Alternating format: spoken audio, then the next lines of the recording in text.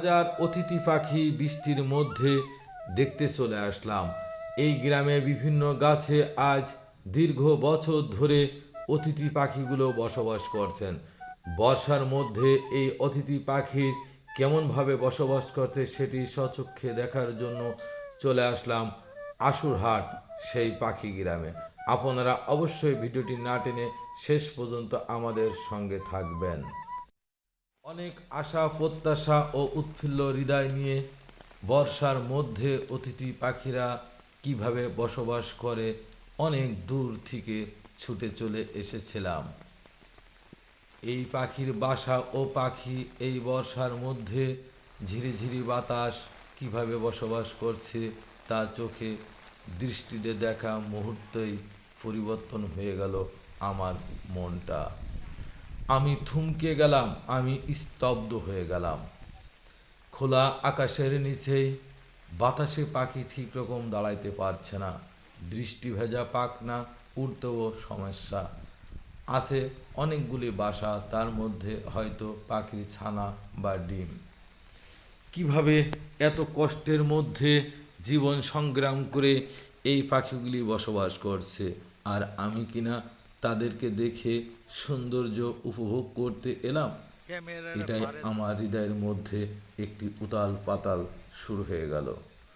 মুহূর্তেই আমার বিবেক একটি সংকেত দিল, এই পৃথিবীতে যা কিছু তৈরি করেছেন বা আছেন সব কিছু দেখভালও একমাত্র আল্লাহ তাআলাই করেন। তিনি এদেরকে তৈরি করেছেন, তিনি এদেরকে রক্ষাকর্তা। ঝড় ঝাপটা তুফান যাই কিছু আসুক না কেন এদেরকে স্বয়ং আল্লাহ তাআলাই রক্ষা করবেন। এ থেকে আমি একটি শিক্ষা গ্রহণ করলাম আমার নিজের সঙ্গে নিজেই।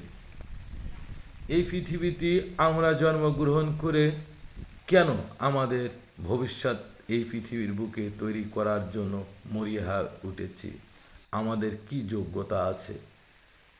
এই প্রকৃতি এক নিমিষের মধ্যেই আমাদেরকে ধ্বংস করে দিতে পারে। যেমন আজ বর্ষা হচ্ছে, এর মধ্যে দাঁড়িয়ে আমি ভিডিও ধারণ করছি। বর্ষাকে থামিয়ে নয়, বর্ষাকে মেনে মানিয়ে তার সঙ্গে করে নিয়েই এই ভিডিওটি ধারণ করছি। তাই এই পৃথিবীর বুকে ভবিষ্যৎ আমরা কখনোই কোনো কিছুই তৈরি করতে পারবো না। একমাত্র আল্লাহর উপর ভরসা রেখে যদি তার দেখানো পথকে অনুসরণ করে চলি, তাহলে সুস্থ সুন্দর সুখী জীবনযাপন ইহকালে না পরকালেও করা সম্ভব। তারই দৃষ্টান্ত প্রমাণ এই অতিথি পাখি এবং অতিথি পাখির বাসাগুলো। অনেক বর্ষা হচ্ছে আজ কয়েকদিন ধরে, এর মধ্যেই পাখিগুলি খাবার খাচ্ছেন, উড়ে বেড়াচ্ছেন গাছের এডালে ওডালে। প্রচুর বাতাস হচ্ছে, তার মধ্যেও তাদের বাচ্চাদের আগলে রাখছে বা রাখতে পেরেছেন শুধুমাত্র আল্লাহ তাআলার রহমতে ও সহায়তে। তাদের ইচ্ছায় একটি ঝাপটা বাতাসেই উড়িয়ে দিতে পারে, ঘুরিয়ে দিতে পারে পাখির বাসা নয়, পাখি নয়, সমস্ত গাছগুলিকে। তবুও আল্লাহ তাআলার রহমতে তারা অক্ষত রয়ে গেছেন বা রেখে দিয়েছেন।